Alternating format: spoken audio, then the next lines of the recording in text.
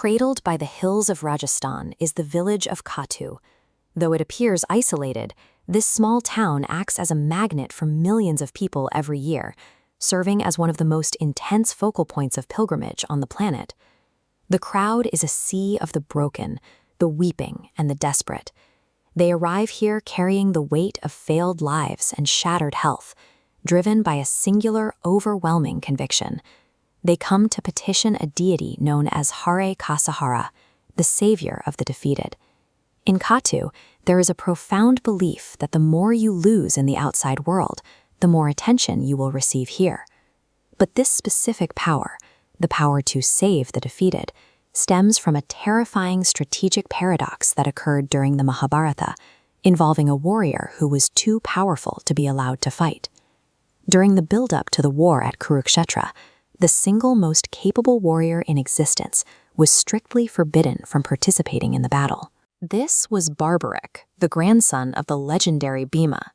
He was barred from the war because his absolute power threatened to collapse the strategic structure of the entire conflict. Barbarika possessed 3 divine, autonomous arrows granted by Lord Shiva. The first could mark every enemy on the field with a red sigil. The second could mark every ally with blue.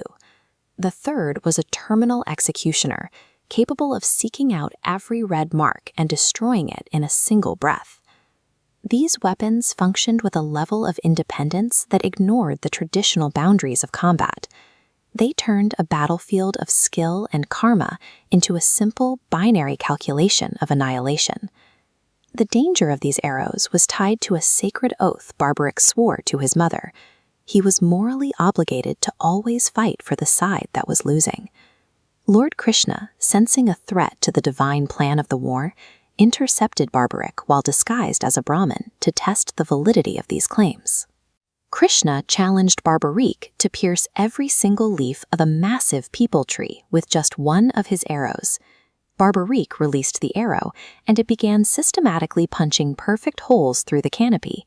The arrow then descended and began circling Krishna's foot, where he had secretly hidden a single fallen leaf to see if it could be fooled. The test confirmed Krishna's suspicion. Barbarika's arrows possessed an autonomous, terrifying perfection that even a god could not hide from.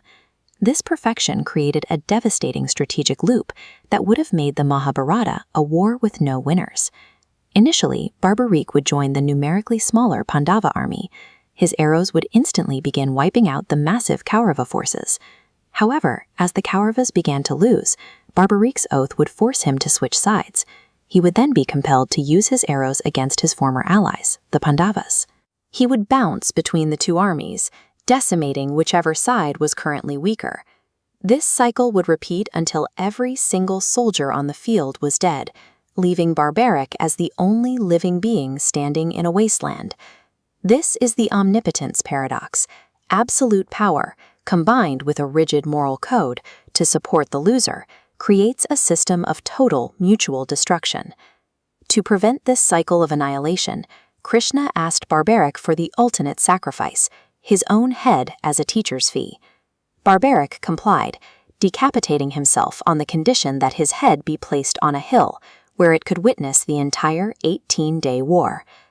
Barbarika's sacrifice removed the tactical threat of an endless loop, leaving him to observe the war's progression from a place of detached divinity.